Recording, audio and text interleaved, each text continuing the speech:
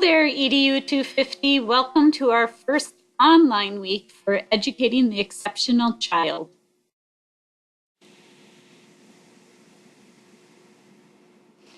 Because we're doing class online this week, I don't need to tell you that our agenda is going to look and sound a bit differently from our first 2 weeks. You don't need to complete this module in one 3-hour period like we would on a Monday night, but you do need to work through each activity before next Sunday night, saving quiz number 1 for last, as it will include information from this week. In this presentation, I'm briefly going to go over our I can statements from last week and introduce you to the new ones we'll be tackling together this week. Then, you'll need to follow each I can statement section on our course Moodle site to gather information.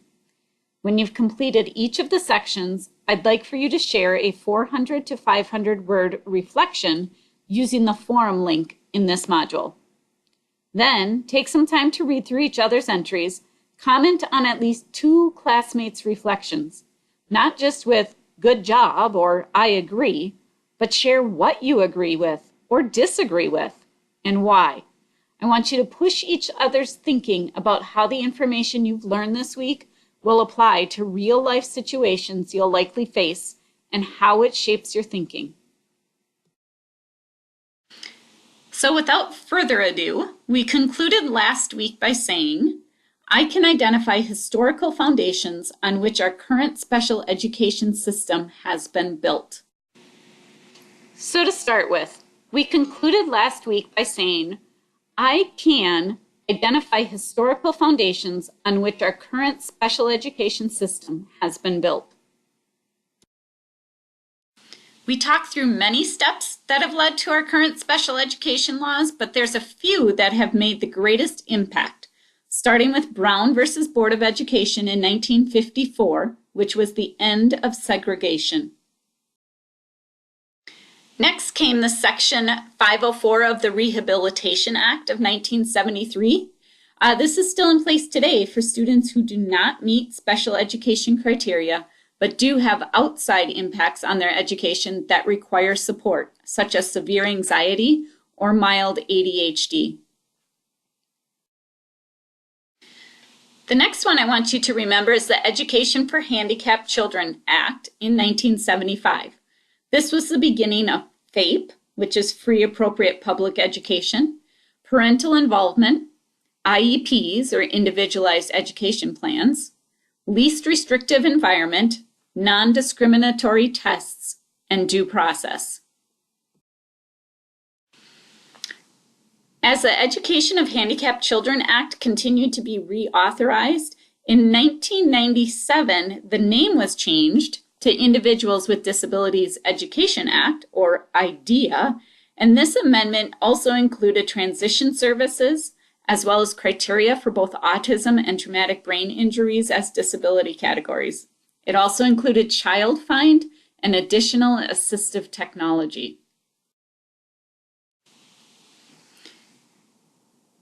In 2004, IDEA was amended again. The name was changed slightly to become Individuals with Disabilities Education Improvement Act, and one purpose of this was to align IDEA with the No Child Left Behind Act from 2001.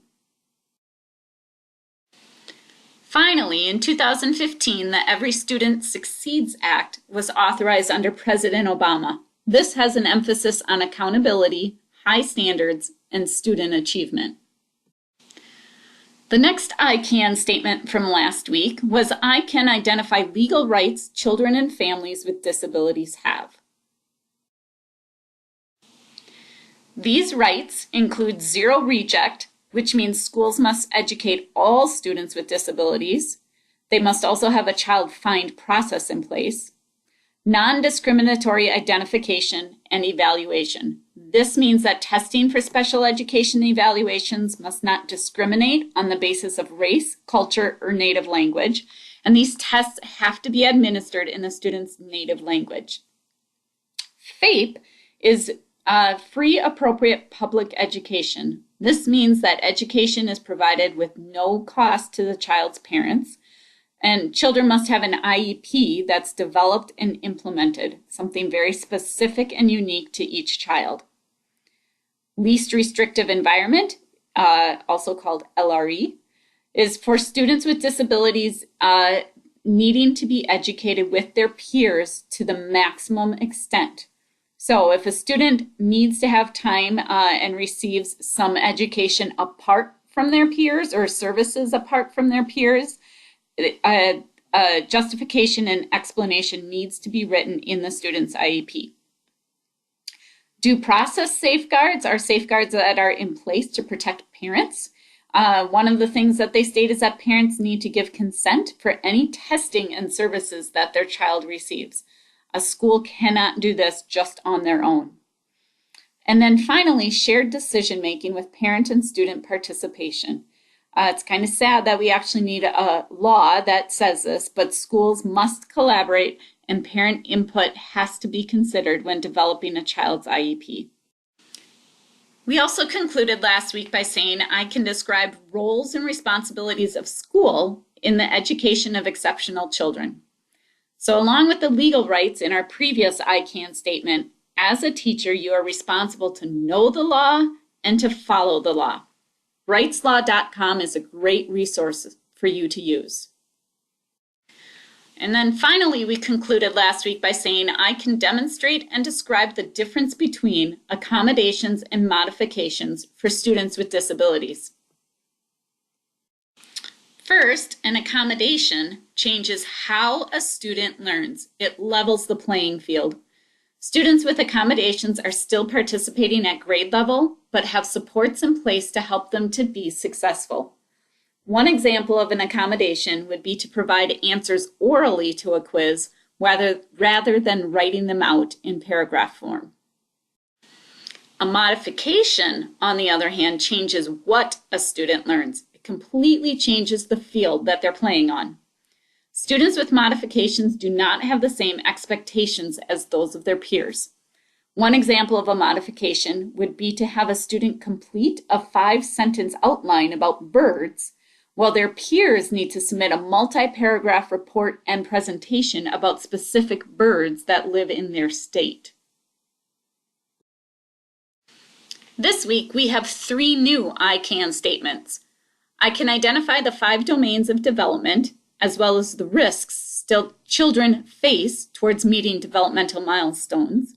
I can describe the structure of special education as it pertains to students and their families, including the impact and consideration of cultural and environmental factors.